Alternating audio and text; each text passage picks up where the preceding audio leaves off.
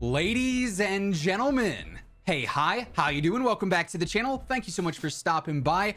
It seemed like the Warzone meta has been in an awkward, sort of odd place here for a bit, but actually, the more I've thought about this, our defined metas for close range, medium range, and now long range are actually very specific right now, and it's something that I think a lot of players are actually overlooking what exactly is going on with this meta. So today I wanted to talk about a few things you might have missed with what weapons you want to be using in certain situations. As we break it all down, if you enjoy the video at any point, let me know by dropping a like on it. And if you are new to the channel, feel free to subscribe. That way you can always guarantee you are up to date with everything going on in the world of Call of Duty. So we are here on True Game Data. As always, shout out to Tony for putting in the work, putting in the time to get all this data and information for us. And you can see the graph we're about to look at has a handful of different weapons. Now, I primarily wanted to focus on long range because this is one where it hasn't been as defined as the close range meta, which obviously features the Blixen and the Marco and the Armaguerra and the PPSH and the Type 100 and whatnot. The mid-range obviously is the Nikita, the AS44, the Cooper, the Volk, etc. For long range though, a lot of players have been going, what is the go-to? Obviously the NZ got nerfed. The KG is pretty solid, but it's damage is nothing too crazy. Well, on this graph we've got the NZ with the primary setup, the same deal with the KG,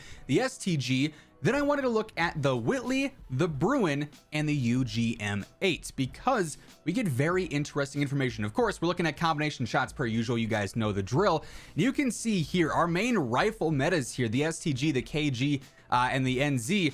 They're all at the top of this graph. That means they have the slowest TTKs at all ranges here, surprisingly. Now, of course, when you're looking at this mid-range here, 20 to 40, 50 meters, that's where you're going to be using these weapons more. Rifles are not necessarily always going to be the dominant long range options, and that's something that I think a lot of players have missed. They're all trying to use the NZ for 150 meter fights, or the KG for 200 meters, or whatever the case may be. But even if we were to update this graph and make the distances a little bit longer here, as we go through, you'll notice it doesn't really change the fact at all. So when we look at 20 to 40 meters here, yeah, the TTKs for the KG and the STG and the NZ are slower, but they're going to be more reliable there because they are faster. They're more aggressive than these LMGs. But for pure long range fights, we've kind of been avoiding the LMG meta for quite some time. But I mean, this is about as clear as evidence as you're going to see, right? Clearly. Things like the Bruin with its no damage drop off, the Whitley which with its ridiculous 50 meter initial range there, the UGM which has an insane damage range and a crazy fast TTK over range. These are top tier meta options for long range. So it's interesting because we've been talking about how this meta is so strange right now because it's kind of like, well, what exactly am I using? It's now, to me, after looking at this, more defined than ever. Close range, we got our set weapons we went over. Medium range, you got your set weapons, the absolute best of the best, the Cooper, the AS44. You got the more aggressive rifles in the NZ, the KG, the STG, and whatnot. But then, if you're trying to fight at super long distances, you have no reason not to use an LMG. In my opinion, the two that stand out the most are the Bruin and the UGM. The Whitley is weird here because, yes, it does have that insane first range, but the best build for it features a 45 round mag, which is not the most practical. The damage per mag is kind of trash, but the UGM, insanely good. The Bruin, insanely reliable here, a little bit slower, and obviously that's why these are long range only weapons. You're not going to use these for aggressive 20 to 40 meter fights because they're too heavy. You can't really rotate with them or move around with them and finesse like that. Their ADSs are slower, so they're not reliable for aggressive medium range engagements. But long range, you're not gonna lose to an NZ or a KG when you're frying with a UGM, right? So very interesting stats here, and something, like I said, that I think a lot of players overlook. So let's go ahead, let's break down some setups for these three primary LMGs. So first up, we'll run through the basic one, the Bruin. Of course, it only has 5 attachments, and the setup here really hasn't changed too much. We are going for the monolithic suppressor. We got the Summit barrel on here, which is the largest barrel, of course, so that's gonna give us the best range, velocity, and control. We've got the VOK 3x optic on there. I like using the T-pose reticle for that.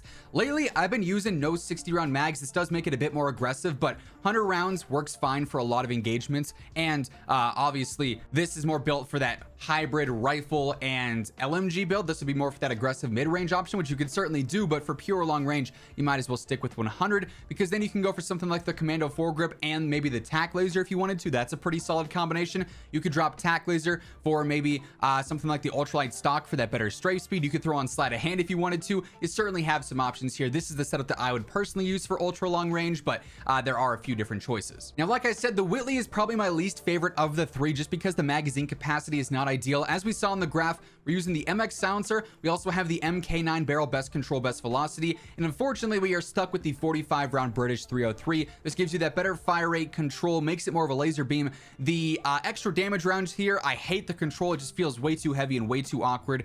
The 45 30-06, just your basic extended mag. There's nothing really crazy about these. And then the 120 round box, it's just another extended mag. So I mean, it is what it is. You could certainly try one of these if you wanted to, but it's not going to have as good of a TTK as it would with this. We also want to be using lengthened on here. Of course, for our optic, we're going to go for the standard 3 to 6 like we usually do on all the long range Vanguard options. For our stock here, you definitely got some choices. This one, the EM3, is more built for like an agile build, so I wouldn't really go for that. The EK8, not bad because it does help with the ADS speed and the strafe speed a little bit. Personally, I feel like R4 is the best way to go here. This, of course, is just aiming stability with the padded. That's not really worth it, but R4 or EK8 are sort of the go-tos. I prefer R4. For the underbarrel, we're going to end up going for the strife angle because there is more of an up and to the right pattern, so this will limit it more to just vertical, which of course is super easy to control. We've also got hatched on there for that better control as well. Perk 1, I'm going to go ahead and run hard scope for that better control. Perk 2, we're going to go for fully loaded, or you can go for on hand if you really wanted that faster ADS, but either of those are going to be good choices. This is a solid one. Clearly the TTK is great. It's just a little bit awkward with that damage per mag. But then we got my personal favorite of the three, the UGM8. And just like on the graph, we're using the MX silencer. We're using the 736 barrel, which is the longest one. In this case, the largest barrel we've got. Then also the Sakura 125. Now, if we were playing Titanium Trials, I'd go for just the basic 100 round box, just because you do run out of ammo very quickly, even though this is 125 rounds, because that fire rate is so insane. So just keep that in mind. The damage per mag here does not feel as consistent, in my opinion, from my experience playing with this. I got the 3 to 6 times scope on here yet again. I'm also using the anchor stock here for that better control during sustained fire. We want to take note of that. Tight grip also has better control during sustained fire, so we stack those. We don't have to worry about that. You could also run surveil though if you want better velocity. That's not a bad choice either for what it's worth. Perk 2, we're going to go for fully loaded here, again maximizing that ammo. Rear grip, we've got hatched on there per usual, lengthened as always, and then finally I've got the strife angled underbarrel to help negate some of that horizontal movement yet again. And that being said, that is this new sort of ultra long range meta and how I would define the close, medium, and long range metas as of right now. You got a lot of options for each, and I would highly recommend checking out some of these LMG options because they are insane over range. But hopefully you guys enjoyed the video. That is going to wrap things up. If you did, let me know by dropping a like on it. And if you're new here or if you have not already subscribed, every day I got you covered with everything going on in COD. News, updates, loadouts, tips, you name it, you're going to find it right here. So feel free to hit that sub button and turn on those post notifications. But once again, thank you so much for tuning in. And until next time, take it easy. Have an awesome rest of your day. And I will catch you guys later. Peace out.